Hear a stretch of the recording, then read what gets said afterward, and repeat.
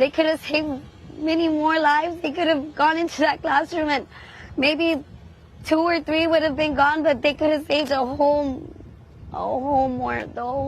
class. They could have done something. Gone through the window, sniped them through the window. I mean, something, but nothing was being done. If anything, they were being more aggressive on us parents that were willing to go in there. And like I told one of the officers, I don't need you to protect me. Get away from me. I don't need your protection. If anything, I need you to go in there with me to go protect my kids. And if anything, they were being more aggressive on us. They were more pertained on keeping us back than getting into that school. This is what a hero looks like. A mother, a farm worker, a woman who found herself in the worst situation imaginable, and despite cops handcuffing her, rushed into an active shooter situation to save her children. While you were inside the school, did you see officers There was inside not one the school? officer inside the school when I ran to my second son's class. There was not one officer. And you were hearing gunshots, so you knew You could hear the it gunshots. was an active shooter. It was still active. The gunshots were still active. In the aftermath of the gruesome Uvalde murders, what we know about how the event unfolded is becoming clearer. And let me tell you, everything we're learning is more disgusting than the last. They were not in there. There was no one in there. If anything, when I pulled up, my car was closer to the school than where the snipers and everybody that was laying on the ground were. You probably have heard of Angeli Gomez or some of the other parents who tried to rush into the school when the cowardly Uvalde police were loitering outside. Here she details the harrowing account of what she witnessed when she got herself released from the cops to save her kids. Gomez goes on to say that when she went in to get her kids, she saw not one police officer inside, despite hearing gunshots, confirming that it was an active shooter situation, not a hostage situation, as the police claim. But her story actually doesn't end here. And she also told me that she received a call from someone in law enforcement telling her that if she keeps talking to media or if she, keeps sharing her story, that she might face some kind of violation for obstruction of justice. So she was holding back from sharing her story until now because a judge told her that she was brave. Gomez is actually on probation from charges from decades ago, and when she went home, she then received a phone call from law enforcement threatening her with a violation of obstruction of justice if she spoke to the media to share her story. The only reason she's now sharing it is because a judge subsequently called her and told her that because of her bravery, she should share her heroism far and wide, and that her probation would be shortened. So on top of all of this, this woman, this hero, was not only handcuffed by police. After the shooting, she was then threatened by the same law enforcement who failed her community. Do we need to know anything else about these officers? How far does the cowardice, the moral depravity, the uselessness go on? Angeli Gomez, we should all remember her name and her story, her struggle. Unfortunately, it's not unique, but it is unparalleled. In addition to any donations to the community of Uvalde, I highly recommend donating to local farm workers in your area. You can Google farm worker organization plus whatever state you're in, and please, for farm workers like Angeli Gomez, we deserve to give them our support. Texas Attorney General Ken Paxton reminded Americans this week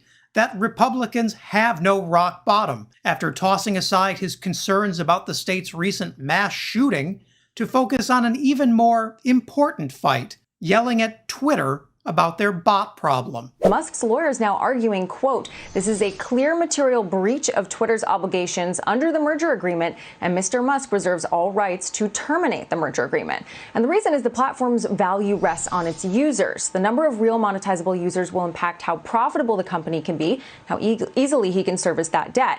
So listen, talking to the folks in the industry, one of two things is likely occurring. He's either suffering from buyer's remorse or he's seeking a lower price. Both Twitter and Tesla stock are worth much less today than when the billionaire entered his $54.20 bid. That means he's overpaying for the company with money he may have difficulty finding. Now, Twitter, for its part, sharing it intends to enforce the agreed price and terms. And what I'm hearing is he still wants to do the deal, but if he tries to walk, his decision to waive due diligence will make that difficult. And I've had a number of conversations with transaction lawyers. He does have cause to break the deal if Twitter did intentionally misrepresent its user base to the SEC. Now, of course, all this is happening as the Texas Attorney General is launching a separate investigation into the bot count. It feels like a political move, but it is representative of the headwinds Twitter faces. The platform likely can't stand much more pressure on its stock price. Just over 2 weeks after a gunman in Uvalde, Texas left 21 dead, And with serious questions still remaining about the local police department's conduct, Ken Paxton is a man in search of a distraction. And Paxton found that distraction in billionaire weirdo Elon Musk and his complaint that there are just too many bots on Twitter. And some Texas Republicans are even expressing concern that Ken Paxton is turning the Lone Star State into Elon Musk's personal lawyer, and that maybe that could be a step too far, even for Texas Republicans. But Paxton wants to be totally clear. His sudden interest in Twitter's financial dealings and bot counts has absolutely nothing to do with Elon Musk's recent attempt to buy Twitter. Paxton says his interest is to protect taxpayers from being duped by Twitter accounts run by bots. But in reality, Paxton is just working as Elon Musk's enforcer, putting the screws to Twitter so that the newly Republican Musk can negotiate from a stronger purchasing position. So much for the free market. Paxton wants Texas to believe Twitter's user numbers are the real threat to the American people. But it's hard for Texans to care about Twitter when they're mainly using it to report on their own mass shootings. There have been 8 mass shootings in Texas in the past 13 years, resulting in over 100 preventable deaths. That, not Twitter, is the real threat that Paxton should be preventing against. Angel Garza's daughter, Amory, was just 2 weeks past her 10th birthday when he walked this path on Tuesday, dropping her off at school for what turned out to be the very last time. She was the sweetest thing, dude. She's so creative. She just got an award for being the most creative. I'm a 4th grader also.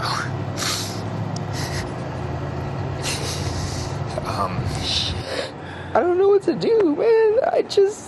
She didn't deserve that. No. She didn't. Oh, she didn't.